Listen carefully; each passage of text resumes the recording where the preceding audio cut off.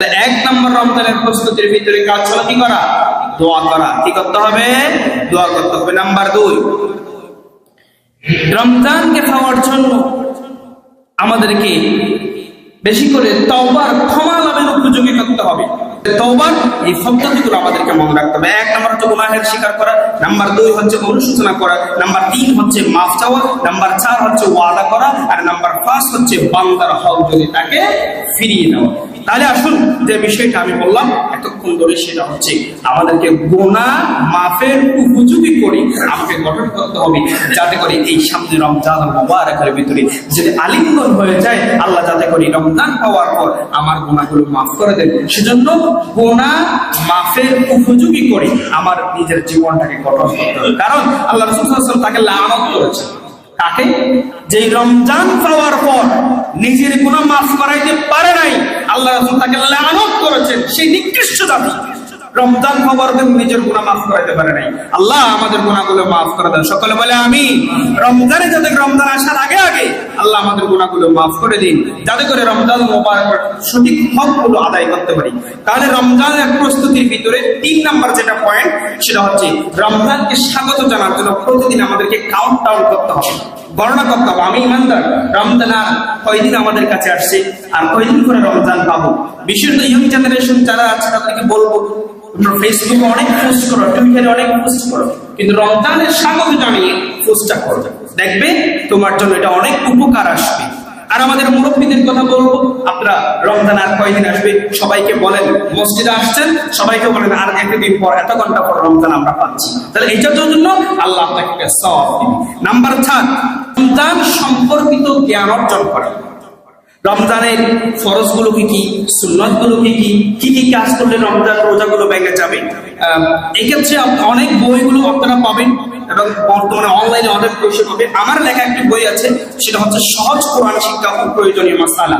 আমি গত বছরের এই সময়ে লিখেছিলাম। রমজান সম্পর্কে চমৎকার কিছু মাসালা ও বই পাবেন, এবং অন্যান্য যেখান থেকে পাবেন সেখান থেকে বিষয়গুলো আপনারা জানার চেষ্টা করেন। বেসিক্যালি আপনারা কোরআনুল কারীমের সূরাতুল বাকারার 183 নম্বর আয়াত থেকে 185 নম্বর আয়াত, এই আয়াতগুলো একটু ভালো করে পড়বেন এবং তাফসীরগুলো জানার চেষ্টা করবেন। অনেক বিষয়গুলো সেখান থেকে পাবেন। 1 নাম্বার হচ্ছে রিহার্সাল করা, প্রস্তুতি নেওয়া।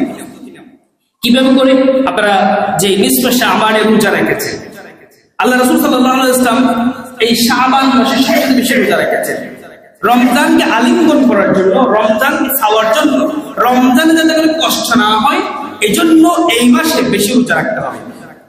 নাম্বার 6, এই রমজানকে জীবনের শেষ রমজান মনে করা। গত বছর আমাদের সাথে অনেকেই রোজা রেখেছিলেন, তারাবির নামাজ অনেকে আমাদের সাথে ছিল, এই বছর তো তারা আর আমাদের সাথে নাই। এই জন্য মনে করতে হবে এই রমজান আমার জন্য শেষ রমজান হতে পারে। সেজন্য রমজানের যে প্রস্তুতিগুলো এখন থেকে নেওয়া দরকার, আমাকে বেশি করে প্রস্তুতি নিতে হবে। এরপরে রমজানের প্রস্তুতিমূলক 7 নম্বর পয়েন্ট হচ্ছে শ্রেষ্ঠ মাস উপলক্ষে বেশি ইবাদতে মনোযোগী হওয়া। যেহেতু সামনে যে মাসটা পাচ্ছে এটা হলো শ্রেষ্ঠ মাস, শ্রেষ্ঠ মাসে ইবাদতে মনোযোগী হওয়া। কারণ রমজানে যদি কেউ একটি ফরজ পালন করে, সেটা 70টি ফরজ পালনের সওয়াব তার আমলনামায় জমা হবে। একটি নফল যদি কেউ পালন করে, একটি ফরজ পালনের মতো সওয়াব তার আমলনামায় জমা হবে। এরপরে যদি কেউ একটি উমরা করে এই রমজান মুবারকে, একটি সে হজ করার সওয়াব তার আমলনামায় জমা হবে।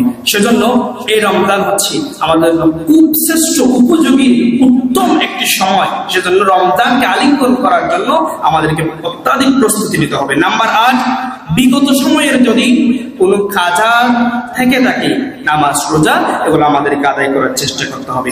নাম্বার 9, আত্মগঠনের মাস হিসেবে রমজানকে আমাদের আলিঙ্গন করার মুহূর্তে নিজের জীবনটাকে গঠন করতে হবে। আমাদের আত্মগঠনের মাস, আত্মশুদ্ধির মাস এই রমজান মুবারক।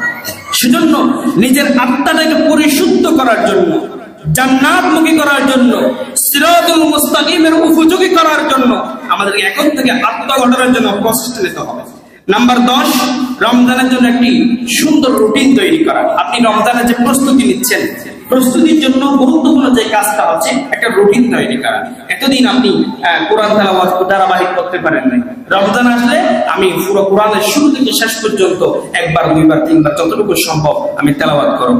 যারা তেলাওয়াত নিয়মিত করতেছে তাদেরকে তাফসীর করার চেষ্টা করতে হবে। যে অন্তর্ভুক্ত তাফসীর না পারলে আপনাদেরকে বঙ্গানুবাদ, যারা অন্তর্ভুক্ত রক্তে যে কোরআন কারীমের মূল সামারিটা বোঝার জন্য বাংলায় অনুবাদ যারা পড়তে যারা পারেন বাংলায় অনুবাদ করার চেষ্টা করছেন। অনেক যুবক আছে যে অন্যান্য সময় বাংলায় অনুবাদ করে প্রতিদিন নিয়মিত পড়ে। এই রমজানে অন্তর্পক্ষে একবার তাফসীর শেষ করার জন্য একটি রুটিন তৈরি করতে হবে, একটা প্রস্তুতি নিতে হবে। দেখবেন আপনার রমজান আপনার জন্য অত্যন্ত উপযোগী একটি সময় হিসেবে যাবে। আর যদি এই প্রস্তুতি না থাকে, রুটিন না থাকে, তখন দেখবেন আপনার রমজান আপনার জন্য ফলপ্রসূ হবে না। অন্যান্যরা যেভাবে করে রোজা রাখে আপনার রোজাটা সেরকম হয়ে যাবে। সুতরাং আমলের দিক থেকে অ্যাডভান্স হওয়ার জন্য আমাদেরকে প্রস্তুতি নিতে হবে। এরপরে নাম্বার 11 নম্বর হচ্ছে কোরআন শিখায় মনোযোগী হওয়া। কারণ রমজানুল মুবারকের ভিতরে কোরআন নাযিল হয়েছে। সর্বশেষ পয়েন্ট হচ্ছে তাহাজ্জুদের নামাজে অভ্যস্ত হওয়া। এখন প্রতিনিয়ত যারা প্র্যাকটিস করছেন, রিহার্সাল যারা করছেন রোজা রাখার জন্য, রোজাকে আলিঙ্গন করার জন্য, আপনারা যে সময় সাহরি খাবেন, সাহরির আগ মুহূর্তে যতটুকু সম্ভব 2 রাকাত, 4 রাকাত, 6 রাকাত করে তাহাজ্জুদের নামাজে অভ্যস্ত হন। দেখবেন রমজান পাওয়ার পর 1 রাকাত নামাজে একদিনের জন্য আপনার তাহাজ্জুদ মিস যাবে না। আর সেই প্রস্তুতিটা আমাদেরকে এখন থেকে নিতে হবে।